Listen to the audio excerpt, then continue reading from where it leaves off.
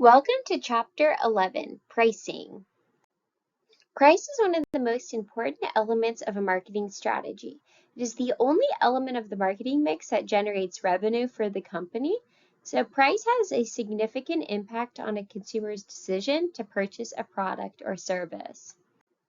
Pricing decisions cannot be made in a vacuum, but rather must consider the whole of the firm's offering, especially the concurrent decision the firm is making about branding and products, service approaches, supply chain, and even marketing communications.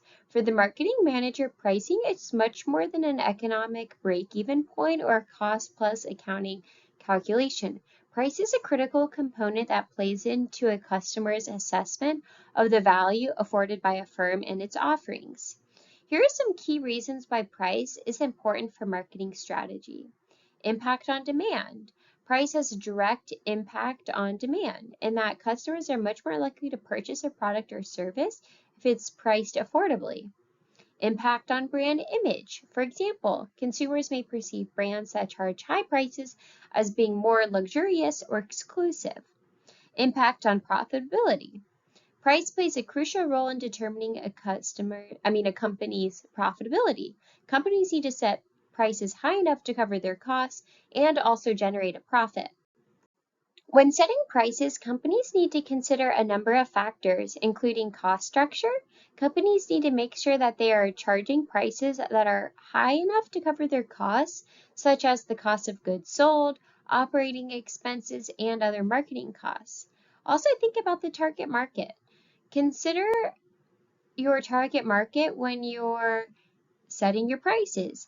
Companies targeting luxury consumers may be able to charge higher prices than companies targeting budget-conscious consumers. Competitive landscape. Companies should also consider the competitive landscape when they're setting their prices.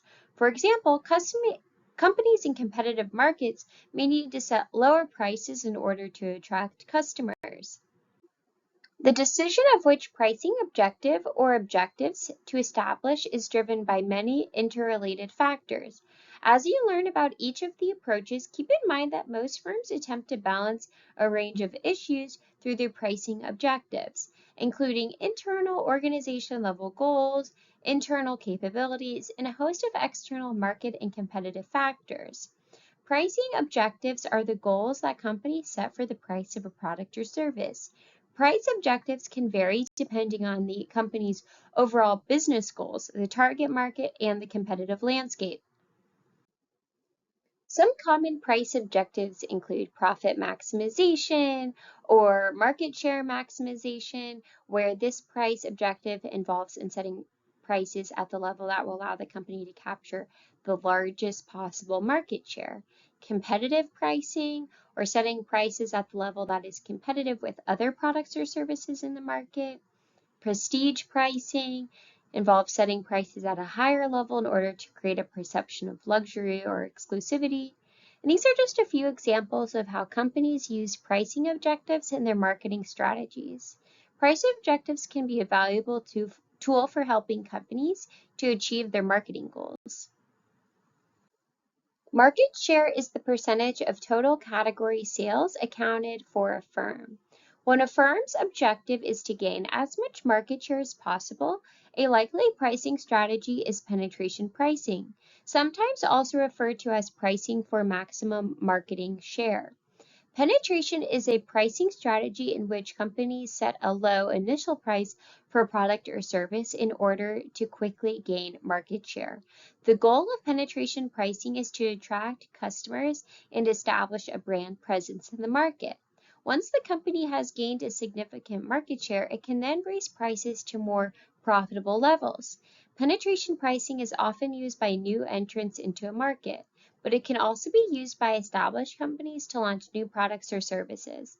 It is important to note that penetration pricing can be a risky strategy, as it can lead to price wars with its competitors. Have you seen Netflix in the news lately, raising its prices? Well, that's because Netflix used a penetration pricing strategy to gain market share in the early days of streaming video.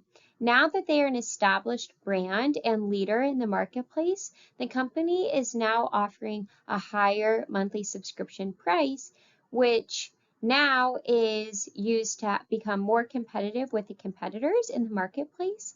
And that initial low monthly subscription price is now no longer the case for some of its customers.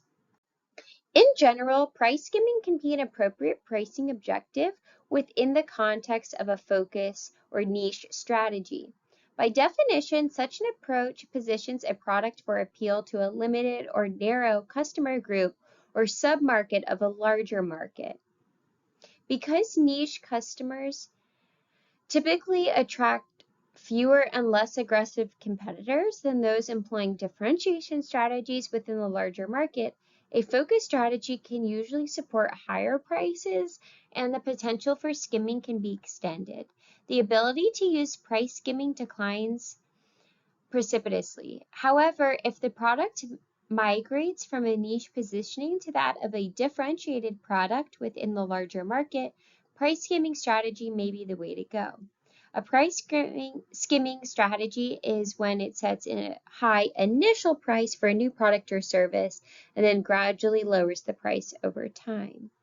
The goal of price skimming is to maximize profits from early adopters who are willing to pay a premium for the new product or service. Then the company can lower prices to attract more price-sensitive consumers as the product or service becomes more established in the marketplace. Price skimming is often used for new products or services that are very innovative or have a very high perceived value, or even a limited supply. So think about Tesla. Tesla used a price skimming strategy on its electric vehicles, and these were very innovative, high value items when they initially launched, but now it's gradually lowering its price over time to make its cars more affordable for more consumers. Profit maximization and target ROI. A bottom line profit is established first, and then a pricing is set to achieve the target. Although this approach sounds straightforward, it actually brings up an important reason pricing is best cast with the purview of marketing instead of under the sole control of accountants or financial managers in a firm. When pricing decisions on a given product are made strictly to bolster gross margins, bottom line profits, or ROI, without regard to the short and long-term impacts of the pricing strategy on other important market and customer-related elements of success, the product becomes strategically vulnerable. Marketing managers are in the best position to take into account the competitor, customer, and brand image impact of pricing approaches.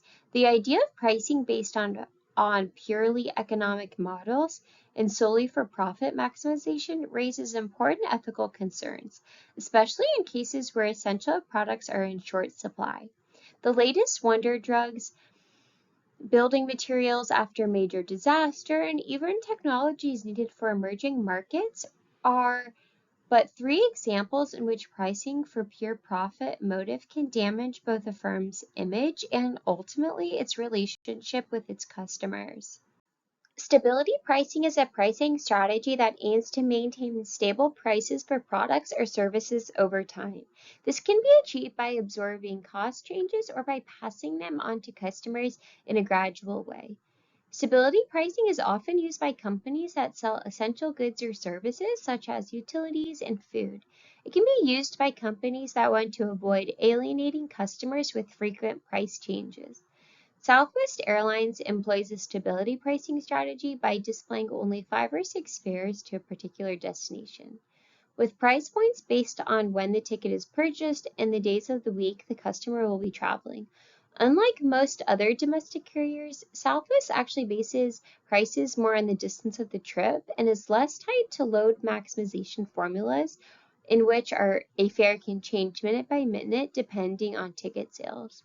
The airline stability pricing approach has proved highly popular with customers, and it's been successful for the firm as its seat occupancy rate continues to be among the highest in the industry. Value pricing is complex and overarches the other pricing objectives discussed so far. Though value pricing A marketing manager seeks to ensure that the offering meets or exceeds the customer's expectations. That is, when he or she does the mental arithmetic that calculates whether the investment in the offering is likely to provide sufficient benefits to justify the cost. Put another way, value pricing considers the whole deliverable and its possible sources of differential advantage: image, service, product quality, personnel, innovation, and many others, the whole gamut of elements that create customer benefit. Value pricing is a pricing strategy in which companies set prices based off of the perceived value their products or services give to customers. This means that companies focus on the benefits that their products or services offer rather than simply setting prices on their costs or the prices of competitors. Value pricing can be used for a variety of products and services, but is particularly well suited for products and services that are unique, innovative, or offer significant benefits to its customers. For example, a company that sells a new type of software that can save businesses millions of dollars may be able to charge a premium price based off of the value that it offers to its customers. The best pricing strategy for your business will depend on a number of factors, such as the type of product or service you sell, your target market, and your competitive landscape. It is important to monitor your profits regularly and make adjustments to your pricing strategy as needed. For example, if you're not making enough profit, you may need to raise your prices or reduce costs. Setting the right price is essential for ensuring profits. By carefully considering all of the relevant factors and developing a well-thought-out pricing strategy, you can set prices that will help you achieve your business goals. Cost plus pricing is really just a general heuristic that builds a price by adding a standardized markup on top of cost for an offering, hence the term markup on cost. First, an estimate of costs involved must be developed. In accounting courses, you learn that determining costs is no easy task. For example, many different types of costs can be considered, including fixed and variable costs, direct costs and indirect costs, shared overhead costs, which may be allocated to the offering on some basis. Nevertheless, once a cost has been established, cost plus pricing requires the predetermination of some standardized markup percentage that is to be applied based on company guidelines. In most applications, when a marketing manager refers to a markup, he or she is referring to this calculation, markup on sales price, which is the sales price using the sales price as a basis of calculating the markup percentage. This is because most important items on financial reports, such as gross sales, revenue, etc., are sales, not cost figures. Often, pricing decisions are made by identifying all costs associated with an offering to come up with what the average cost of a single unit might be. To better take into account the differential impact of fixed and variable costs, marketing managers can use target return pricing. First, a few definitions are in order. Fixed costs are incurred over time, regardless of volume. Variable costs fluctuate with volume, and total costs are simply a sum of the fixed and variable costs. To use target return pricing, one must first calculate the total fixed costs. Second, a target return must be established. Companies that collude to set prices at a mutually beneficial high level are engaged in price fixing. When competitors are involved in the collusion, horizontal price fixing occurs. The Sherman Act forbids horizontal price fixing, which could result in overall higher prices for consumers, since various competitors are all pricing the same to maximize their profits. When independent members of a channel, for example, manufacturers, distributors, and retailers collude to establish a minimum retail price, referred to as retail price maintenance, vertical price fixing occurs. Vertical price fixing is illegal under the Consumer Goods Pricing Act, and for good reason. Vertical price fixing ensures everybody in the channel is satisfied with their cut of the profits, but the profit boost is achieved by increasing prices to consumers. Price discrimination occurs when a seller offers different prices to different customers. without substantive basis, such that competition is reduced.